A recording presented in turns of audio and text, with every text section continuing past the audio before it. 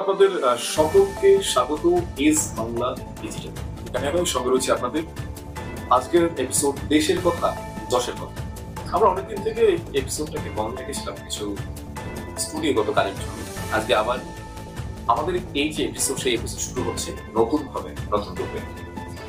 আজকে যেটা আলোচনার বিষয় সেটা হলো বিরোধী শূন্য রাজ্যসভা, লোকসভা এবং বিধানসভা।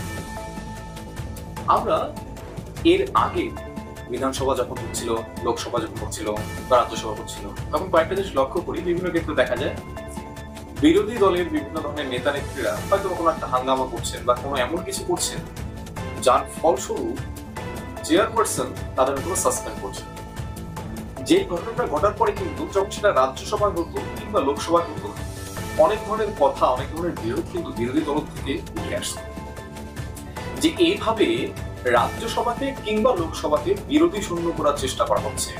অর্থাৎ বিরোধী শূন্য করে কেন্দ্রে যারা রয়েছেন তারা একটি একনায়কতান্ত্রিক একটা রাজ্যসভা কিংবা লোকসভা তৈরি করতে চান, যেখানে তারা যদি কোনো একটা জিনিস বিল বা কিছু একটা নিয়ে আসেন, সেক্ষেত্রে তারা যাতে একনায়কতান্ত্রিক ভাবে সেই জিনিসটাকে এগিয়ে নিয়ে যায়। এই ধরনের একটা কিন্তু অভিযোগ উঠে আসছিল। অপর ক্ষেত্রে তারাও কিন্তু বারবার বলছিল যে লোকসভা বা রাজ্যসভার যে মর্যাদা, যে একটা সুষ্ঠু পরিবেশ বজায় রাখার কথা, সেই জিনিসটা রাখতে হতো বিভিন্ন বিরোধী দলরা সক্ষম হচ্ছিলেন। এবার একই ধরনের ঘটনা কিন্তু আজকে ঘটে গেল আমাদের পশ্চিমবঙ্গে, যেখানে রাজ্যের অন্যতম বিরোধী দলনেতা শুভেন্দু অধিকারী তাকে কিন্তু 30 দিনের জন্য সাসপেন্ড করেছে পশ্চিমবঙ্গের বিধানসভা। তাহলে কেন্দ্রের ক্ষেত্রে যদি এই প্রশ্নটা ওঠে যে বিরোধী দলনেতাদের বরখাস্ত করা হচ্ছে বা তাদের সাসপেন্ড করা হচ্ছে শুধুমাত্র এই কারণে যাতে একটা একনায়কতান্ত্রিক বিভিন্ন ক্ষেত্রে ব্যবস্থা তৈরি করা যায়, সেটা কি রাজ্য হচ্ছে না? এবার এর সাথে আরো কয়েকটা বিষয় আছে কেন করা হলো। এই প্রশ্ন যদি আপনি করেন, সেক্ষেত্রে আজকে যে উত্তরটা উঠে আসবে যে সরস্বতী পূজারে বিভিন্ন ধরনের ঘটনা ঘটেছে, আমরা জানি। সেই সকল ঘটনা নিয়ে কথা বলার আজকে যে একটা তারা কিন্তু একটা ফাইনালাইজ করে গিয়েছিল বিজেপি দলের তরফ থেকে, এবং অগ্নিমিত্রা যিনি রয়েছেন বিজেপি অন্যতম বিধায়ক, তিনি কিন্তু আজকে এই বিষয়টা তোলার কথা, আমরা প্রস্তাব পেশ করার কথা একটা রেখেছিলেন, কিন্তু তাকে এই জিনিসটা করতে দেওয়া হয়নি এবং তারপরে কিন্তু ওয়াক আউট করার কথা জানা যায় এবং বিলের কাগজ বা কিছু একটা ছিঁড়ে তার সাথে একটা প্রদর্শনের মতো করা দেখানোর একটা বিষয় উঠে আসে। এখানে দুটো বিষয়ই কিন্তু একেবারেই ঠিক নয়। একজন সাধারণ মানুষ হিসেবে আমাদের যেটা কনসিডার করা উচিত সেটা হলো এই যে সকল বিধায়ক হোক, মন্ত্রী হোক কিংবা সাংসদ হোক, তাদের আমরা ভোট দিয়ে কিংবা যে কোনো ভাবে তাদের আমরা নির্বাচিত করছি, নির্বাচিত করার পরে তাদের আমরা লোকসভায়, রাজ্যসভায়, বিধানসভায় কেন পাচ্ছি? তার একমাত্র উদ্দেশ্য হলো আমাদের দেশের, আমাদের রাজ্যের বিভিন্ন গুরুত্বপূর্ণ বিষয় নিয়ে চর্চা করা এবং চর্চা করার মাধ্যমে যে বিভিন্ন সমস্যাগুলো রয়েছে আমাদের দেশে, সেই সমস্যাগুলোর একটা সমাধান বের করা। কিন্তু যদি এই ধরনের বিরোধী দল, শাসক দল বিভিন্ন জায়গায়, আমাদের কেন্দ্রে হোক, রাজ্যে হোক, অন্য রাজ্যে হোক, এই বিরোধী দল এবং শাসক দল তাদের মধ্যে যে দ্বন্দ্ব, এই দ্বন্দ্বটাই যদি তারা শেষ করতে না পারে, সেক্ষেত্রে আমার আপনার মতো সাধারণ মানুষদের জন্য কোনো পলিসি তারা কিভাবে তৈরি করবে, কিভাবে তারা আপনার আমার মতো সাধারণ মানুষকে এগিয়ে নিয়ে যাওয়ার জন্য কাজ করবে। এখানে শুধু কিন্তু এই কথাগুলোই নয়, অনেক কথা উঠে আসে।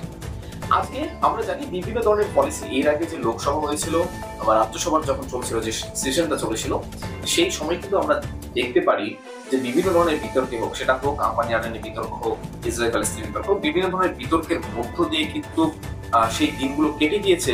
এবং আমরা যদি ভালো করে দেখি, গোনা কয়েকটা দিন কিন্তু ঠিকঠাক কাজ হয়েছে, আর বাকি দিনগুলো কিন্তু কমপ্লিটলি নষ্ট হয়েছে এই তর্ক এবং বিতর্কের মাঝে। এই সকল হয়তো বিভিন্ন ধরনের তর্ক বিতর্ক থাকে অনেক সময়, যে তর্ক বিতর্ক রাজ্যসভা, লোকসভা এবং বিধানসভা তিনও স্থানের কিন্তু যে কাজ, সেই কাজটাকে কিন্তু পিছিয়ে দেয়। সেখানে পিছিয়ে পড়ে গোটা একটা দেশ, পিছিয়ে পড়ে গোটা একটা রাজ্য।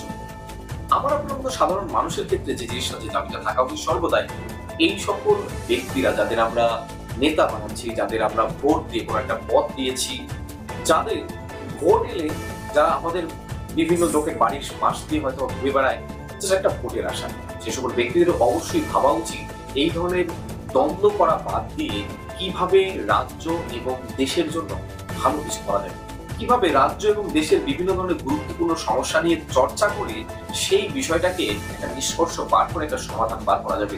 ওরা একটা আদর্শ বিরোধী দল সেই বিরোধী দল হতে হবে এইরকম যে বিরোধী দল রাজ্যের বিভিন্ন ধরনের সমস্যাকে, রাজ্যের শাসক দল যে বিষয়টাকে সামলাতে পারছে না সেই বিষয়টা তাদের সামনে তুলে ধরা, সেই বিষয়টা উন্মোচিত করা।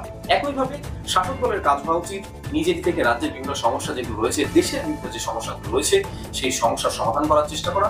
অপরপক্ষে বিরোধী দল কি নিয়ে কথা বলছে সেই ব্যাপারে ভালো করে একবার করে বিবেচনা করা, তাদের তোলা যে আওয়াজটি, তাদের তোলা যে বিভিন্ন ধরনের কথাবার্তা, সেটার মধ্যে কোথাও কোনো ভ্যালিডেশন রয়েছে কিনা, তারা যে কথাগুলো বলছে সেই কথাগুলো রাজ্যের কিংবা দেশের সাথে ভালো কিংবা খারাপ।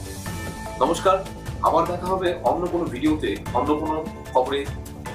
সঙ্গে থাকুন, সাথে থাকুন এস বাংলা ডিজিটাল।